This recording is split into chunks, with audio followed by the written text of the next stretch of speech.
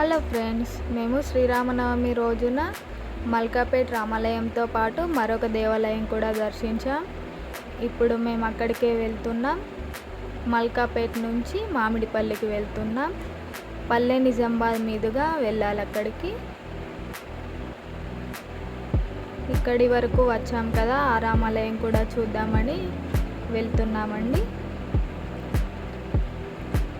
మల్కాపేట్ నుంచి మామిడిపల్లికి 8 కిలోమీటర్స్ అంట, అందుకే వెళ్ళాం.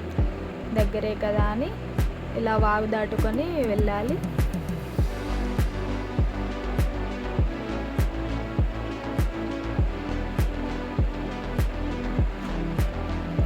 వచ్చేసామండి గుడి దగ్గరికి. ఇది ఆ గుడి కమాన్.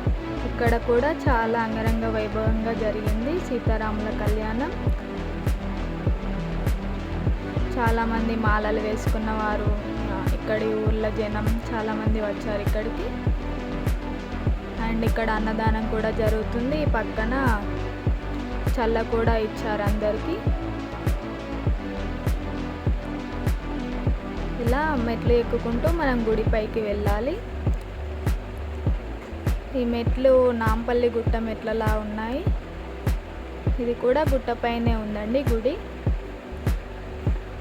మా శ్రేయాన్ కూడా మెట్లు ఎక్కి వస్తానని వాళ్ళ డాడీని బాబాయ్ని పట్టుకొని ఎక్కి వచ్చాడండి చిన్న చిన్న కాళ్ళతో.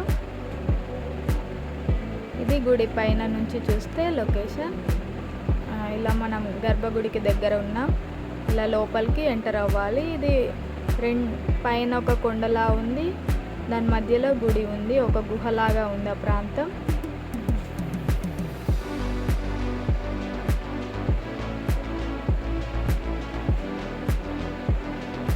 ఇక్కడ చూడండి దేవుడి విగ్రహాలు. ఇంత డిస్టెన్స్ నుంచే చూడనిచ్చారు. అంతేనండి, ఇది బయటకు వెళ్ళే దారి. అలా సింపుల్గా సూపర్గా ఉందండి గుడి. Thanks for watching. బాయ్.